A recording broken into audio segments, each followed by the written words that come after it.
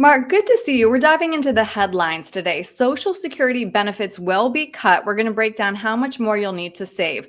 The Social Security Trust Fund will be insolvent in 2033, and by 2035, we'll have to reduce benefits by 23%. According to a recent study from the National Institute for Retirement Security, just 31% of Gen Xers and 52% of boomers were very or somewhat confident they would have the same benefits as previous generations. Should we really be worried?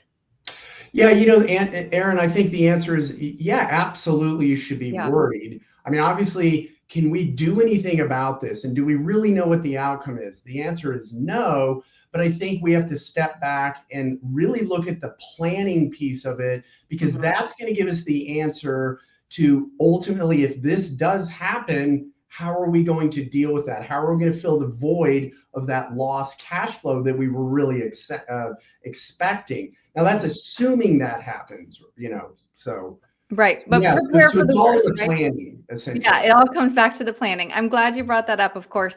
We do want to remind everybody this doesn't mean Social Security is going bankrupt and will not stop paying benefits, but Pension B did crunch the numbers, Mark, and concluded that workers would need to save an additional $138,000 to generate the same income based on the 4% rule. So that means the older you are, the more money you will need to sock away now. So take a look at this table. Those age 55 only have a 12-year window to save. Explain what we're looking at here. So what we're really looking at, and this is again just based on a rule of thumb, where they say, hey, the safe Right. withdrawal rate is 4%. So to make up that lost cash flow, if we were to experience a 23% cut in our benefits, ultimately, if I'm 55 years old, I only have 12 years that I can do this, but I'm going to have to save an additional $700 a month to make up for that difference of lost Mhm. cash flow in the event this happens. Of course, if I'm 25 years old, you can see I've got 42 years to go before I can Right. get the benefit at full retirement age, but I'd only have to save an additional $81 a month. Right. But the point is, we need to start saving now to catch up. So, you do have some tips to help people kind of save an additional $138,000.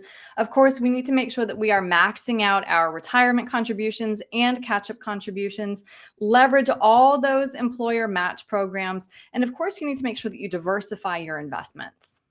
Yeah, so this is really critical. So I think what people are going to have to do is really step back, and you're going to have to do a stress test. You're going to have to say, look, Yeah. here's my normal Social Security benefit. Here's my plan. Here's when I want to retire. Here's all the sources of income that I have guaranteed. And then how do I create a paycheck out of these assets that I've been saving? And then ultimately plug in that reduction and then kind of see, hey, where can I make up that shortfall? Mhm. So if I'm 55, like you said, I could take that and say, I'm going to save more in my 401k, or I'm going to save more in my brokerage account. Or maybe I want to start saving it in a Roth so I can avoid that threat also, because that becomes net spendable cash flow, where all the rest of this is taxable. So Mhm. that's going to create more income, net spendable income, and that could also offset that difference. So there's a lot of different ways, as they say, to skin this cat to Mhm. get there. It doesn't necessarily mean, yeah, I have to go out and save more money necessarily. It really depends on where you're at today with your savings. But I think for most people, the average American, they are going to have to look to try to save more money to put more wood on the fire. And Right. yes, de-risk the portfolio, diversify, do all the things that you need to do so that you ensure that your plan is going to meet your goals and objectives Mhm. as you Mhm. enter into retirement and beyond. Yeah, and hearing you talk through all of those options and permutations, the last piece of advice is, of course, to meet with an advisor. Determining when to claim Social Security is going to be one of the most important decisions you make in retirement. Yeah, so this is all about getting you retirement ready. So Right. I always suggest to people, when you look at Social Security, you can look at all those different ages, and most people have, oh, I'm going to take it at 62, or I'm going to take it at 67. But really, the math is going to tell you when to take it as far as maximizing the benefit. So you got to get the Social Security maximization report, and you've got to do some stress tests. So ultimately, having somebody guide you through those decisions and creating that analysis for you is going to be critical. Right. Well, Mark, then if somebody would like to sit down with you, determine their most financially optimal time to claim, and also how to sock away more money or to create other streams of income to make sure we are safe no matter what happens with Social Security, what's the best way to reach you? Yeah, so just reach out, give us a phone call. It's 303-681-0113.